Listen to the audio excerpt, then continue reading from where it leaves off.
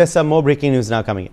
The WHO has said it had triggered its emergency management system in response to the huge earthquake in Myanmar and was mobilizing its logistics hub in Dubai to prepare trauma injury supplies. The World Health Organization is coordinating its earthquake response from its Geneva headquarters because we see this as a huge event with clearly a very heavy, big threat to life and health as well. In fact, let me quickly join at this point Major General Sudhakarji, defense expert who is joining us live. Major General Sudhakarji, the WHO now springing to the aid also of these people, of course, who are injured in Myanmar particularly, but also Thailand. WHO mobilizing its emergency management system, saying it's mobilizing its logistic hub in Dubai to prepare trauma injury supplies. Uday, good afternoon. Thank you for getting me to your show. Best wishes to our very distinguished and esteemed co-panelists. And as regards WHO, I have had a chance of operating with the WHO in one of the United Nations missions. This is a very good initiative and very good step being taken. Generally, most of the time I have found, I may be wrong, I hope I am wrong, WHO has not been as proactive as this time they are appearing to be.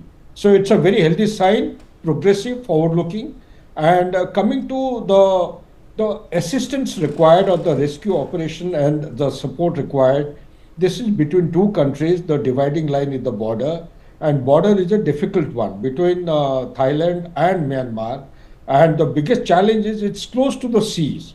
When earthquake of this magnitude takes place, around 15-20 kilometers close to the sea water, then there is a danger of sea water actually jumping. You know, the high tides, they give birth to high tides like tsunami.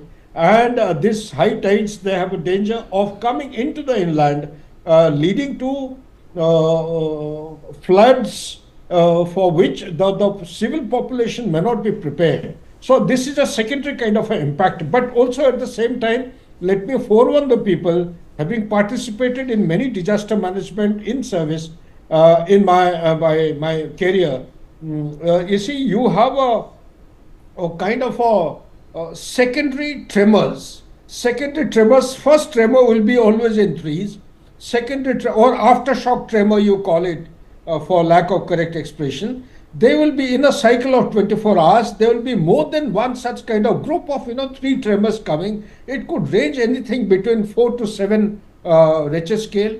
So therefore, people should be very, very careful. And it's not necessary that it's going to happen around 16-20 kilometers of radius of these two areas which are impacted. It could happen anything across because the tectonic clash which is taking place, this is something very unique, and this is going to generate energy which will affect as far as, like today we heard, Afghanistan is also affected. Some people in the North India also have reported the tremors, which may not have been reported in the media.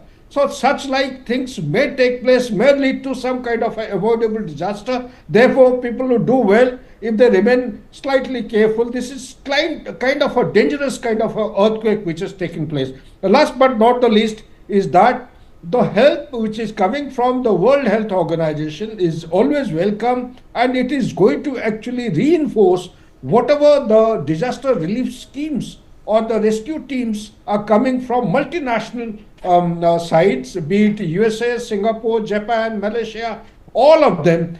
I would, with my experience, I would recommend that there is, in such kind of critical junctures, there is a requirement of an effective coordinating agency. If that coordination agency can be actually established, it will actually minimize a lot of wastages and overlap. Second thing which is important in this is, connectivity or the communication. I was told through your channel that Starlink has come in a big way. They are providing communication for the last mile connectivity, because what matters is, like you said, the population of Saigon is 1.2 million. Having been to that area, you go 10 kilometers away from the city, you find at the mountain ranges and the forested areas start. Yes. Also in some places, they have a concept of Jhum Kheti that we practice.